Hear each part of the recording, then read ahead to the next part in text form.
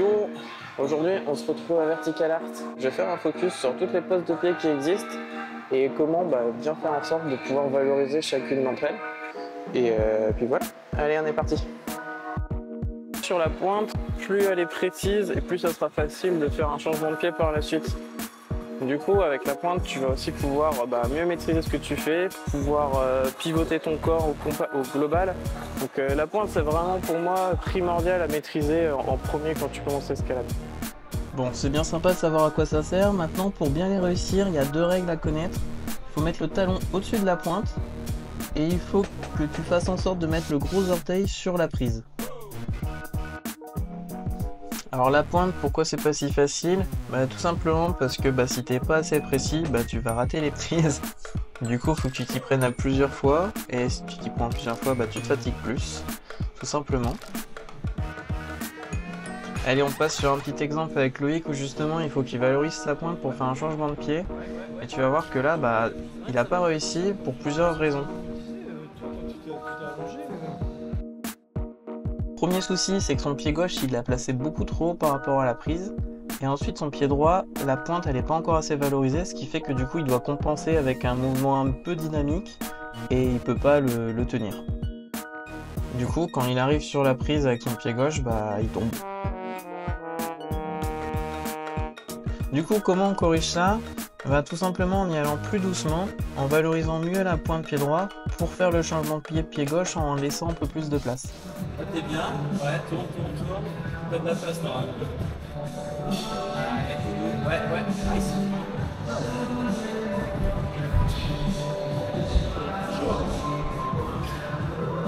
Comme tu le vois sur la pointe, il y a déjà pas mal d'exemples juste sur quelques petits blocs assez faciles. Donc le plus important avec la pointe, c'est de réussir à être le plus précis possible et aussi le plus silencieux.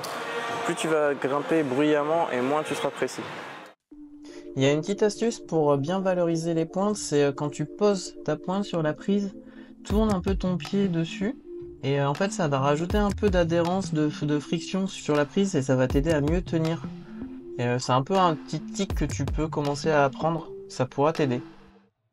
Bon, on va faire un petit exemple d'adhérence maintenant. L'adhérence, c'est pas compliqué, c'est quand tu mets tes pieds directement sur le mur ou sur les volumes.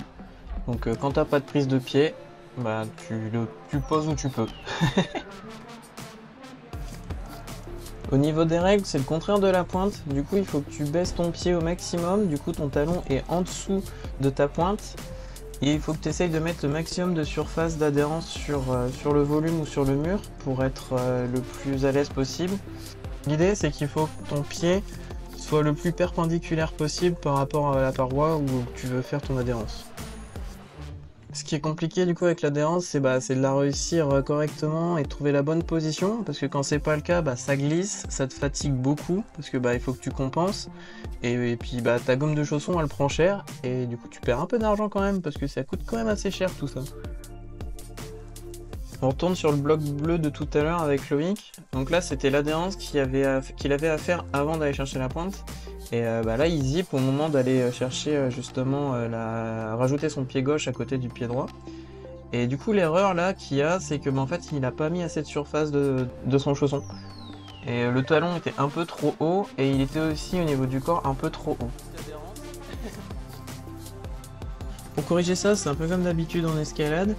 Il faut que tu t'abaisses un maximum pour que ça reste quand même suffisamment stable pour toi juste de base.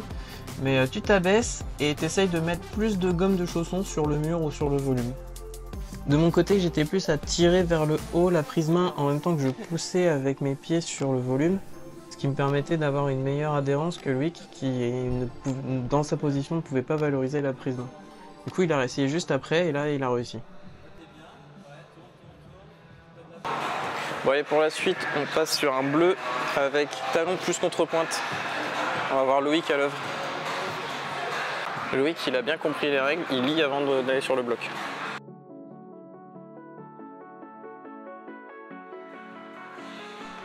Sur cet exemple, on voit bien vraiment à quoi ça sert le talon, parce que là, il le cale, et ça lui permet de remplacer sa main, de pouvoir aller chercher la prise main droite un peu plus haut.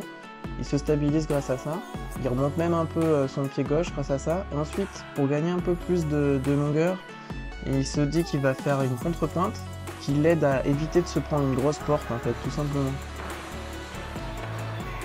Et sur le même bloc, depuis un autre angle, tu vois un peu aussi l'importance de bien se positionner. Donc là pour le talon, je commence vraiment par bien ouvrir les hanches pour bien la valoriser, la prise. Et ensuite pour la contre-pointe, c'est vraiment important d'essayer de garder la jambe tendue au maximum. C'est pas toujours possible selon le bloc, mais dans l'idéal, il faut réussir à garder ça en tête.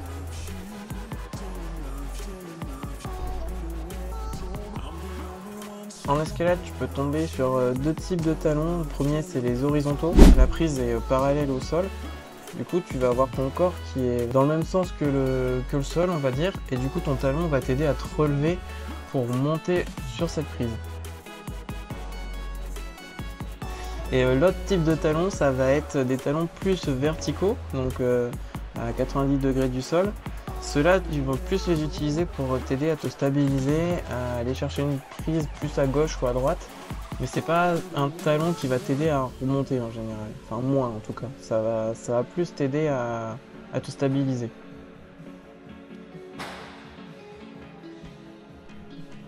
En général, le problème avec ces talons-là, c'est que c'est dur de les mettre, tout simplement parce que les ouvroirs font en sorte de bien nous complexifier la vie. Et du coup, en fait, déjà, rien que pour trouver la position, pour réussir à essayer de poser le talon, on est déjà cramé. Et là, tu vois, sur cette mort-là, par exemple, je réussis pas à trouver la position qui fait que j'arrive à juste poser le talon. Ce que je te conseille aussi, des fois, c'est de simplifier le bloc si tu veux pas rester bloqué sur le mouvement. Parce que par exemple, ce bloc noir-là, ça commence par une contre-pointe qui s'enchaîne avec un talon. Et l'enchaînement des deux, je réussis pas à le faire. Du coup, je me suis focus que sur le talon. Et tu vois, là, je réussis à faire ce talon-là, justement.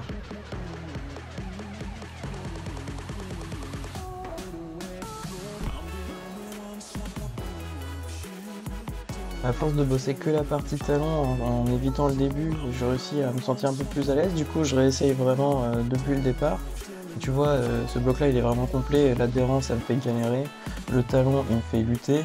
Et au moment où je suis censé valoriser le talon pour aller chercher la prise main gauche, bah là, je me prends une porte directe parce que le talon est vraiment compliqué, je trouve. Et dernier petit exemple, ça va être une rouge qui avait Arcose.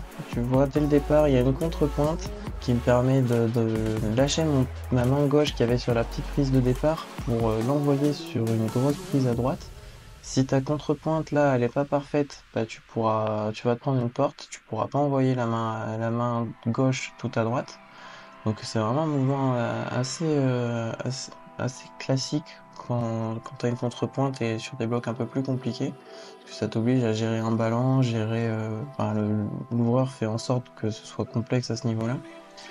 Et ce bloc était vraiment top parce qu'il y avait quand même plein de techniques dessus. Là tu vois, je fais un drapeau interne, je me relève, ensuite je vais devoir caler un talon, sachant que les prises mains c'est des bidois. Enfin c'était vraiment un très très bon bloc. Mais comme tu vois là, du coup je recale une autre contre-pointe qui me permet de me stabiliser. Et là c'est un peu plus compliqué comme contre-pointe parce que tu vois la prise a été vraiment toute petite. Et c'est ça qui est compliqué en général du coup avec les contrepointes, c'est qu'il faut être très très précis. Comme pour la pointe, il faut être très précis, sauf que en fait ça fait un peu plus mal parce que c'est pas une partie du pied que tu as l'habitude d'utiliser. C'est le haut de ton pied en fait. Et faut y aller mollo quand tu commences parce que ça peut être un peu bizarre.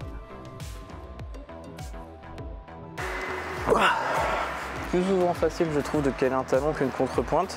Mais bon, ça dépend vraiment du profil du bloc. Et voilà, c'est fini pour cette vidéo, j'espère que ça t'a plu. Je pense que tu as compris que c'était super important les pieds en escalade. Souvent quand on commence, on se dit beaucoup, ça va être les bras, les épaules, etc. Mais on pense pas trop à l'importance du positionnement de chacun de nos pieds et en quoi ils nous servent et ils nous aident pour favoriser le travail des jambes. Donc j'en parlais déjà un peu dans la vidéo de la semaine dernière. Là j'ai fait plus vraiment un focus sur spécifiquement les 4 poses de pied que je trouve les plus importantes et les plus répandues. Il y en a encore d'autres. Du coup semaine prochaine je vais faire enfin peut-être tu vas dire travailler une vidéo sur les mains. Donc on parlera un peu de comment on fait, comment on valorise des petites prises donc type arqué, sachant que moi par exemple ce mouvement-là j'essaye au maximum de l'éviter suite à mon injection de cortisone, etc. et la douleur, la blessure à la poulie que j'ai pu avoir, je suis un peu limité là-dessus, mais justement on pourra en parler. Donc je te présenterai un peu comment réussir à faire un bon plat, réussir à pas à manger bien sûr, mais comment réussir à valoriser une prise de type plat, les compressions aussi, et voilà. Donc n'hésite pas à me dire en commentaire si tu as d'autres sujets que tu as envie que j'aborde, que je présente. Et puis voilà, on se retrouve dans la prochaine vidéo. Allez, porte-toi bien en attendant, salut!